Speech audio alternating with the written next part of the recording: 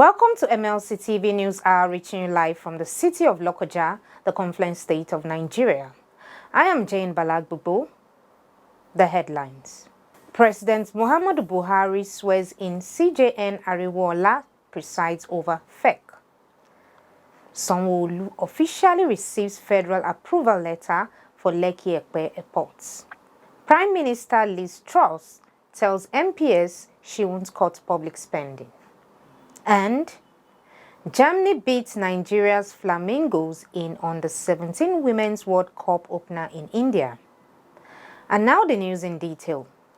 President Muhammadu Buhari has sworn in Justice Olukayode Ariwoola as substantive Chief Justice of Nigeria at the Council Chamber of the State House, Abuja, on Wednesday. It was reported that the swearing-in of Ariwoola followed his confirmation by the Senate on September 21, 3 months after his appointment by the President. Ariwoola took the judicial oath of office in a brief ceremony shortly before the commencement of the weekly virtual meeting of Federal Executive Council (FEC), chaired by the President. The event was witnessed by Vice President Yemi Osibanjo, some cabinet ministers, other justices of the Supreme Court, the governors of Oyo and Ondo states, Seyi Makinde and Rotimi Akeredolu respectively. Ariwoola was appointed as acting CJN on June 27 following the resignation of Justice Tanko Muhammad on health ground. Justice Ariwoola was appointed a justice of the Supreme Court on November 2011 by President Goodluck Jonathan. He is an indigene of Iseyin in Oyo State. Speaking to the State House correspondents after the swearing-in, the CJN appealed to politicians in the country to allow the judiciary function properly as the 2023 elections approach while promising reforms at the apex courts. Makinde, who also spoke to journalists, expressed gratitude on behalf of the people and government of Oyo State to the President. Meanwhile, the council observed the meeting silence in honor of former Minister for Special Duties and Chairman of the People's Democratic Party (PDP), Chief Vincent Ogbulafo, who died recently. Governor Babajide Sanwo-OLU on Tuesday officially received the federal government instruction authorizing the state to commence the development of a passenger and cargo airport on the Lekki-EPE axis of the state. Minister for Aviation Hadi Sikira presented the document to the governor on behalf of President Muhammadu Buhari at the ongoing Lagos Economic Summit EHIBETI 2022, taking place at Eko Hotels and Suites, Victoria Island. Lagos government initiated the aviation project through a public-private partnership (PPP) in response to the pace of development on Lekki-EPE axis, which is now a fast-growing hub of commerce and industrial activities. The entire airport infrastructure will be sited on 3,500 hectares, with the first phase of the project estimated to cost $900 million.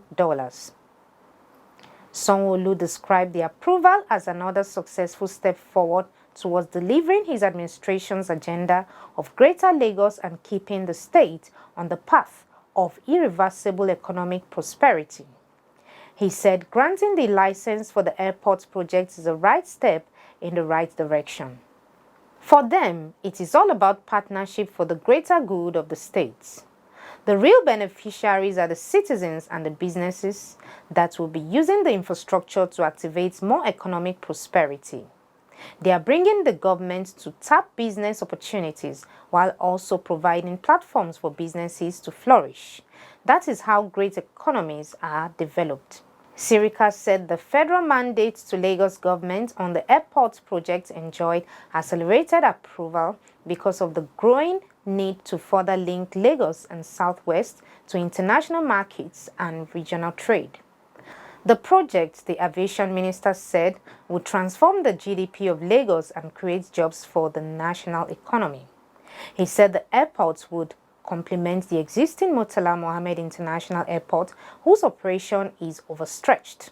Declaring the two-day summit open, Sanwo-OLU said Lagos had begun its race to building a prosperous future with the introduction of a 30-year growth plan that would bring the state on the same pedestal with developed cities in 2052. Commissioner for Economic Planning and Budget Sam Egube said the summit had offered Lagos a better deal in growth prospects as the state harnessed robust conversations with key private sector players. Egube said the state government had implemented 210 of the 222 resolutions reached in the past 8 editions of the Economic Summit, adding that the engagement with the private sector had helped improve accountability in governance. It is no longer business as usual among the people of Kogi State since the revelation made public that Dangote is occupying the community of Obajana without provision of any corporate social responsibility that will provide support for the host community in both Kogi West and Kogi East. This has awakened the youth to the reality that took to the streets in a peaceful protest in Lokoja, Ankpa, and other communities where Dangote has its businesses to request the rights of the host communities. Ambience.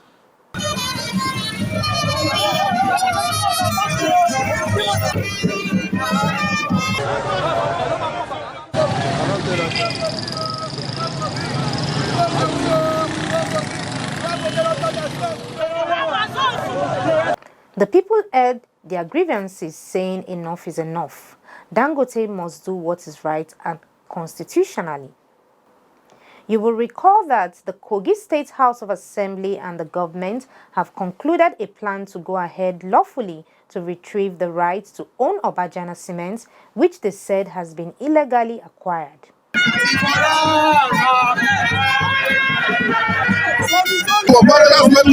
Every day, but if you go to the community, the hosting community where Dangote business is stated, you can see how people are suffering. There is no normal amenities that people are supposed to benefit from. The company is not there.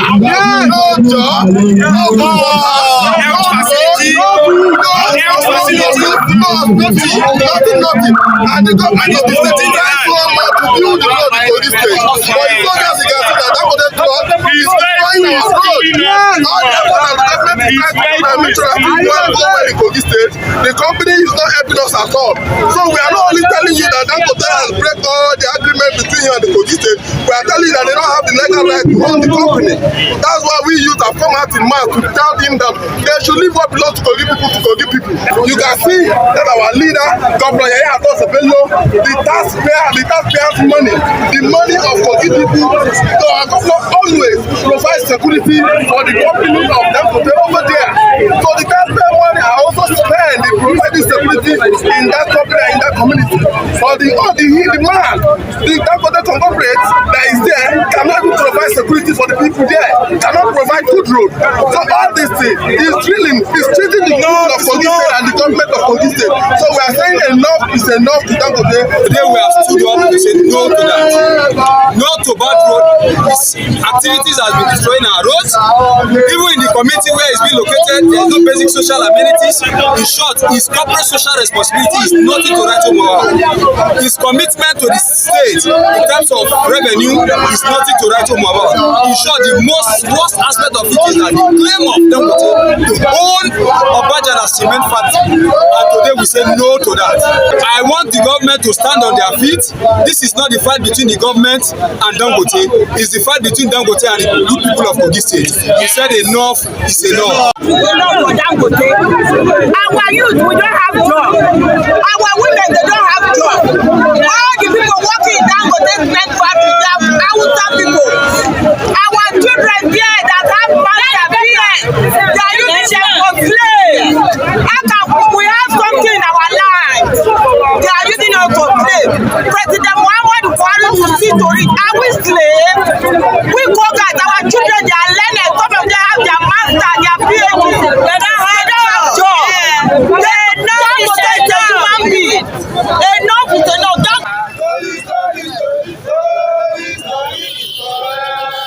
This has also generated rumor that the burnt down of the State Assembly is not in no connection to the issue on ground. A group of anti-corruption activists held a mass rally against what is described as fraudulent takeover of Obajana Cement by Dangote Group. The activists, under the aegis of mass action against corruption, accused the company of economic exploitation in Kogi.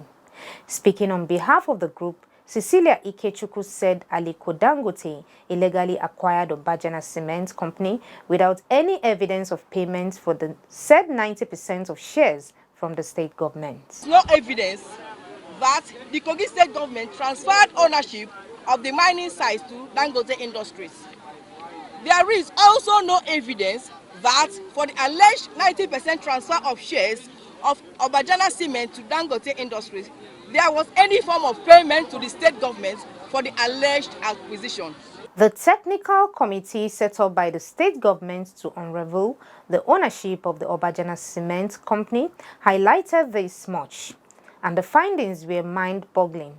It must be noted that the mining certificate for OBAJANA Cement Company belongs to the Kogi state government. There is no evidence that the Kogi state government transferred ownership of the mining site to Dangote Industries. The commonwealth of the people of Kogi state must be returned to the state, and Alhaji Aliko Dangote must be prosecuted for economic and financial crimes in the fraudulent acquisition of OBAJANA Cement. It is indeed enough of this gross insensitivity and wickedness by Alhaji Aliko Dangote. We call on President MUHAMMADU Buhari to ensure justice is served in this fraud and horrendous exploitation case. The group therefore called on the federal government to stand with the state in this clear case of fraudulent acquisition of a state government property and the attendant exploitation over several years. Ikechukwu added he believed that Dangote should be able to provide evidence that he paid monies to the Kogi state government for OBAJANA Cement. And if he can't provide such proof, OBAJANA Cement ownership must revert automatically to the state government. The activist, however, advised Dangote to desist from any form of tyranny against the government and people of Kogi state, adding that his antics of promoting violence across the state have been noted and documented for onward transmission to the relevant security agencies in the country. We stand with the Kogi state people in ensuring that OBAJANA Cement is reclaimed and all who were part of the haste are made to face the full wrath of the law. We encourage the Kogi State House of Assembly not to relent in this patriotic drive towards unraveling the truth ownership of the OBAJANA Cement. This action is a massive boost for our democracy. On the heels that the purported acquisition was not sanctioned by the Kogi State House of Assembly, a statutory requirement for the sale of government property.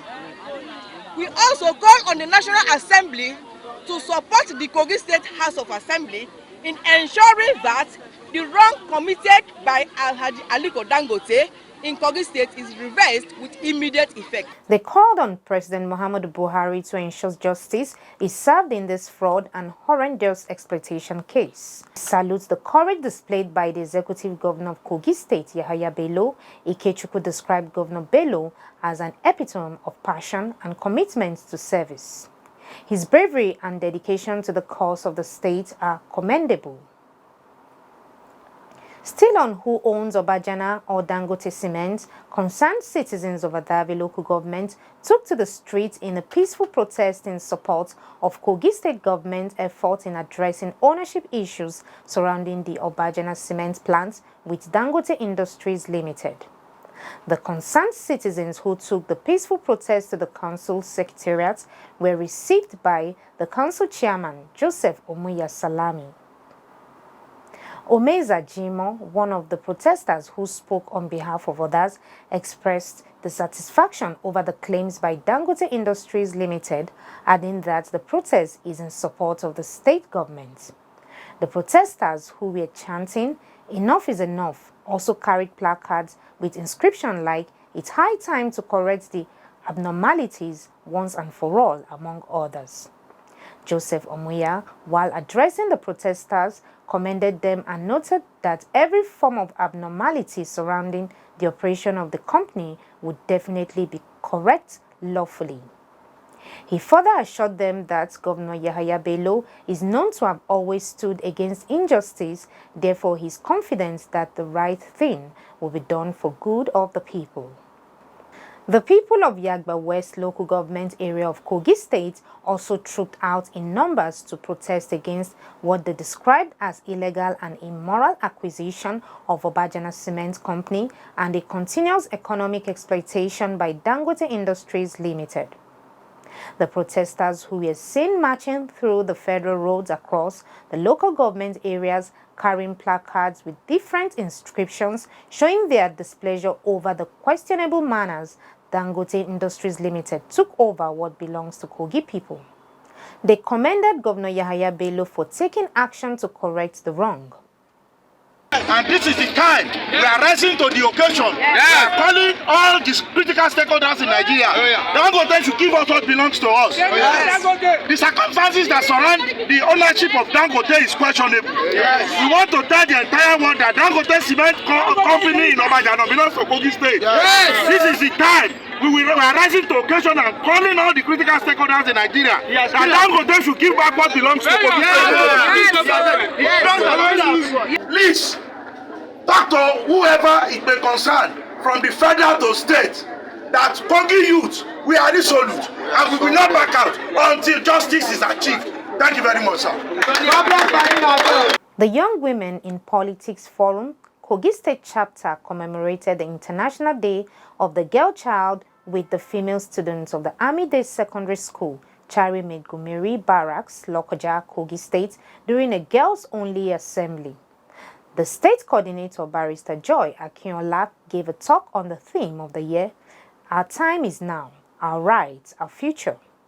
Thereafter, the YWIPF Kogi team distributed sanitary pads, notebooks and pens to 75 indigent female students across all classes. The students expressed their joy that they are being recognized and celebrated and promised to be more committed to their studies and show interest in the affairs of Nigeria. The school principal, Salami Moses, thanked YWIPF Kogi State Chapter for choosing the school for the implementation of this laudable initiative. As part of the activities to mark this year's International Day of the Girl Child, the Abia State chapter of the SWS embarked on an awareness campaign and courtesy visits to some media houses in the state, including the Broadcasting Corporation of Abia State, BCA, to celebrate the day. Receiving the women in his office, the Director General, Ayaso, called on members of the Stand Up for Women Society SWS to always protect the rights of girls and women in society. Ayaso stated this when members of the group paid him a courtesy visit, disclosed that the girl child needs proper treatment and protection, and regretted that cultural and socio-political, among other factors, hinder women from achieving their full potential.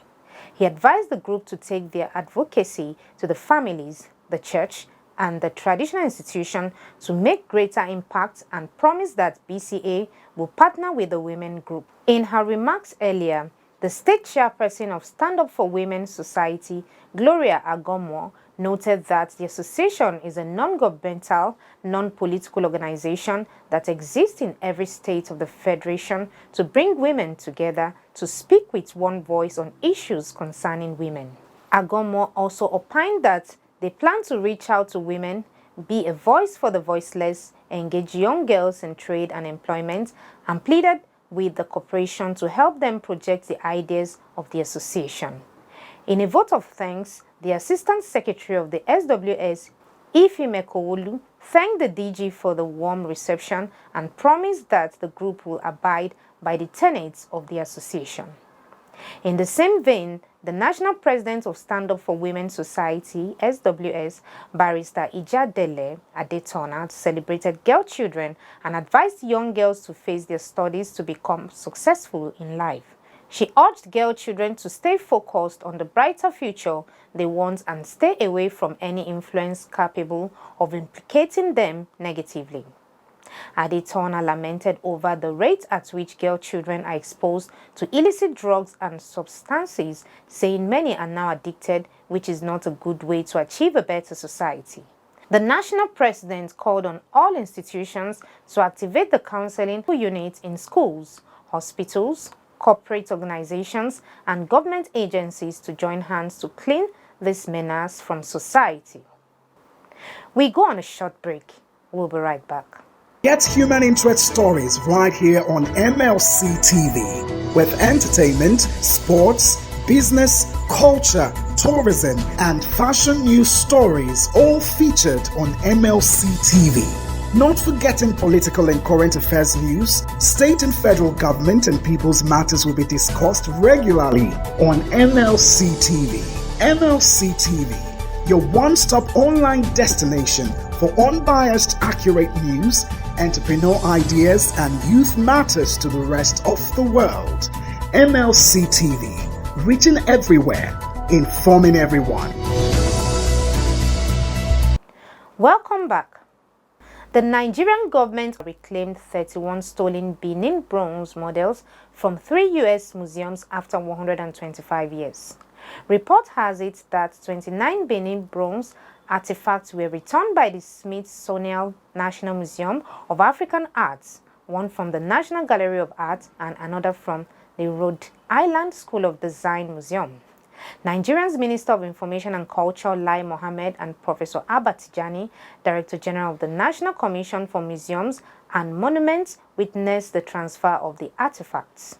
The representative of the Oba of Benin, his brother Agatise Eredua, also witnessed the historic repatriation ceremony at the Smithsonian Institution in Washington, D.C. In his remarks, Lai Mohammed said the bronze works were intrinsic to the culture that produced them and that the people ought not to be denied the works of their forebears.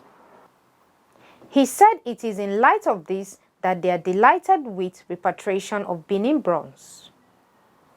The minister said the event was another testament to the success of the campaign for the return and restitution of Nigeria's looted smuggled artifacts from around the world, which they launched in November 2019. They have also received or are in the process of receiving repatriated artifacts from the Netherlands, the University of Aberdeen in Scotland, Mexico, the University of Cambridge in the UK, and Germany, among others. He stated that Nigeria, as part of the global cultural heritage tradition, would not depart from the norms already established by practitioners in this field. Therefore, the museums will sustain the tradition of exchanges and collaborations with museums in the United States and other parts of the world. The minister thanked the various board of trustees of the 3 museums for the decision to return to the artifacts that were carted away from Nigeria over a century ago. Nigeria looked forward to working with these institutions on joint exhibitions and other educational exchanges. By returning the artifacts, he said the institutions are together writing new pages in history. Their brave decision to return the timeless artworks is worth emulating.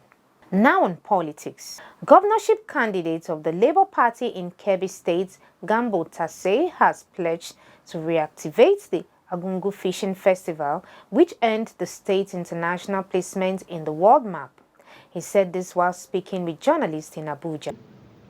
The annual ARIWOOLA Fishing Festival, which we all know about, has put Kebbi on the tourism map of the world.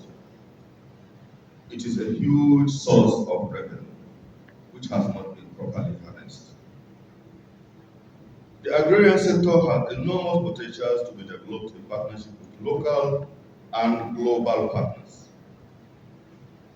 For industry, for enterprise, jobs, and wealth creation. He said the state had been docile in the past years following the lack of attention by past administrations. Agricultural and industrial facilities are not well developed. Literacy rate is low. Medical and health facilities are inadequate. Kebbi occupies the lowest position in terms of modern development. Yet, Kebbi is well endowed in natural resources. The Sokoto River traverses the state as it flows to the River Niger, West Africa's largest waterway. About half of the waters of the gigantic Kaidi Lake is in Kebbi State. The rivers and watercourses provide natural irrigation, maritime transformation, agriculture, fishing, hunting, and, of course, leisure. Gambo said if elected in 2023, he will turn around the economic fortune of the state and bring it back to its viable position. Now on foreign. Prime Minister Liz Truss says she won't cut government spending to pay for her promised tax cuts. She reiterated the commitment while answering a question from Keir Starmer at Prime Minister's questions. Asked if she would cut public spending, she said she wouldn't, but would make sure they spend public money well to reduce debts. Truss was also pressed on the state of the economy and the fears of millions about their mortgages and finances. Councillor Kwasi Kwarteng set out a raft of tax-cutting plans just over 2 weeks ago to be funded by governments borrowing. The value of the pound, the cost of mortgages and pension funds have all been affected by the move. The Bank of England stepped in with an emergency bond buying intervention designed to stabilize the economy. That scheme will end on Friday. Meanwhile, the UK economy unexpectedly shrank by 0.3% in August, the Office for National Statistics says. Human rights activists have expressed alarm after security forces fired live rounds indiscriminately as protesters in a violent crackdown in Iran, increasing the death toll in protests that has killed 185 people, including 19 children so far. According to Amnesty International, security forces had used firearms indiscriminately in Senadaj, and videos posted by Kurdish human rights group Hengo show police shooting at homes. Hengo reported that at least 5 civilians had been killed and 400 injured across the region since Sunday, and warned that the death toll might be higher because authorities were disrupting local internet and mobile networks. Hengo reported on Tuesday that over the past 3 days, protests had taken place in 10 areas of Kurdistan, Kamasha, and West Azerbaijan provinces, with Sanadaj the epicenter of the unrest and the crackdown by authorities. Protests against Iran's Islamic leadership have swept across Iran since the death 3 weeks ago of Mahsa Amini, a Kurdish woman from the western city of Saqqez who fell into a coma after being detained by morality police in Tehran for allegedly violating the strict hijab law. Now on sports.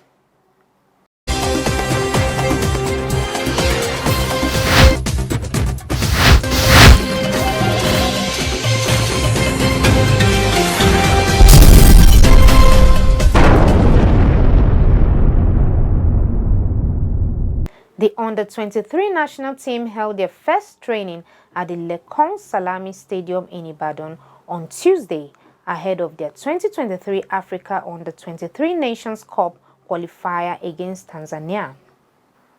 Coach Salisu Yusuf took charge of the session with a bunch of the invited players already in camp. The Nigerian Under-23 team will prepare for 8 days before jetting out October 18 for the first leg in Dar es Salaam, scheduled for the weekend of October 21 to 23, 2022.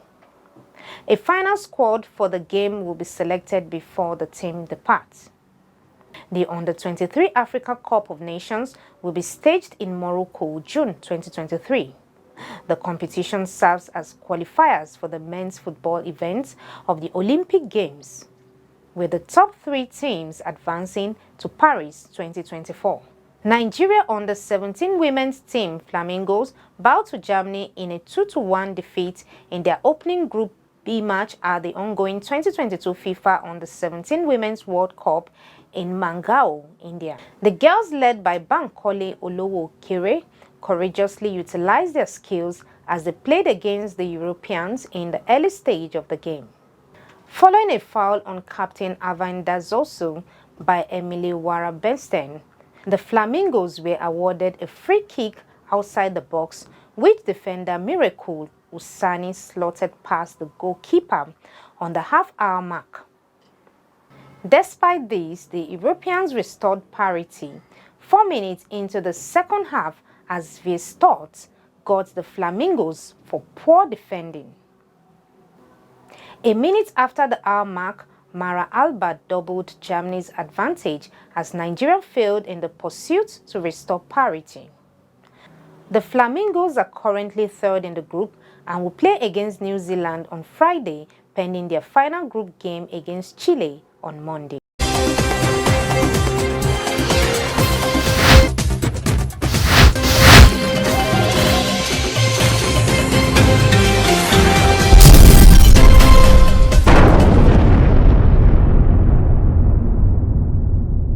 And over to Matthias Aldeji Peter for the entertainment news.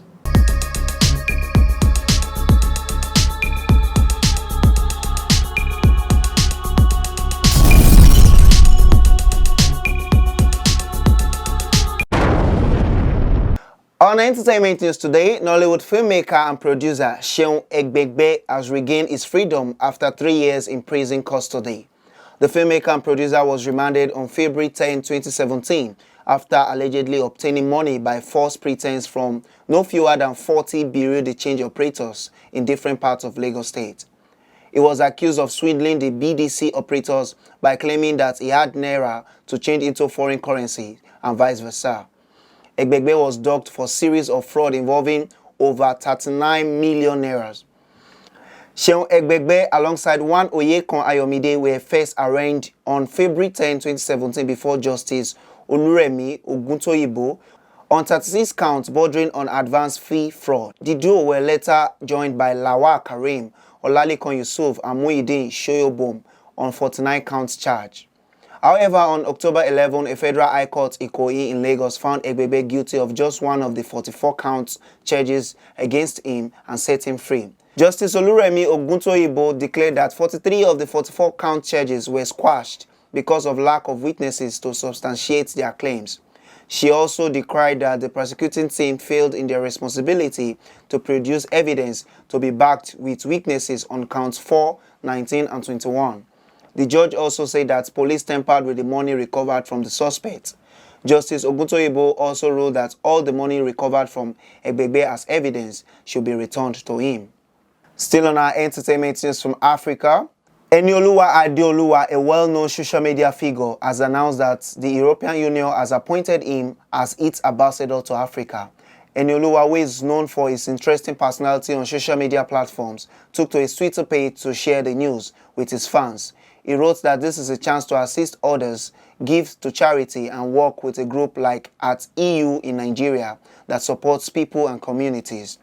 Enioluwa emphasized the fact that he hopes to see the opportunity open to other people in the industry.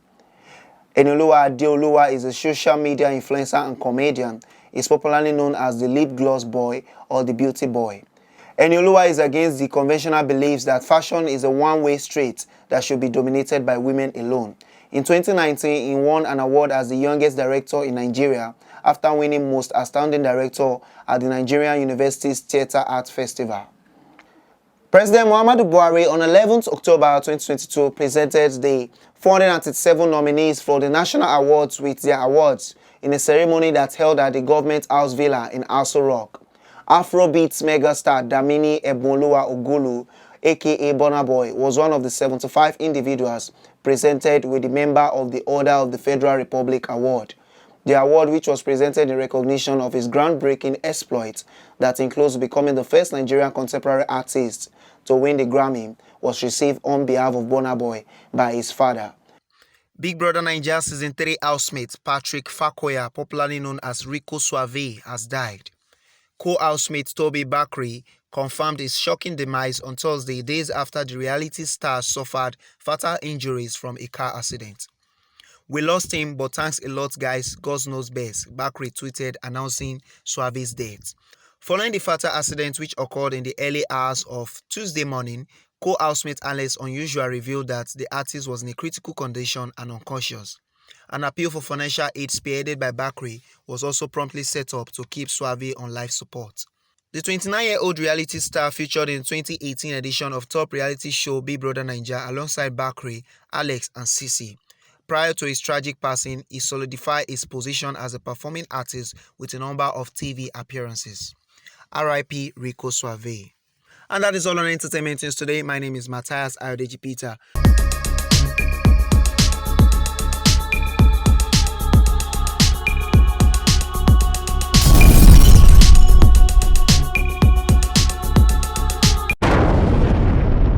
Thank you, Matthias, for the entertainment update. And that is the size of our package today. Join us tomorrow at this same hour to watch our news as we give you updates on happenings within and across the globe. Don't forget to subscribe to our YouTube channel, LEKKI TV, like and follow our Facebook page, MLC TV, Instagram, MLC TV 2021, and Twitter at MLC TV1. For your events, coverage, information, contribution, advert and sponsorship, please call any of our numbers displayed on your screen. Join us Fridays and Saturdays to watch our special programs. It is LEKKI TV, reaching everywhere, informing everyone. I am Jane Giabalagbubo. Please continue to be your brother's keeper to build a united and peaceful society together. Good day.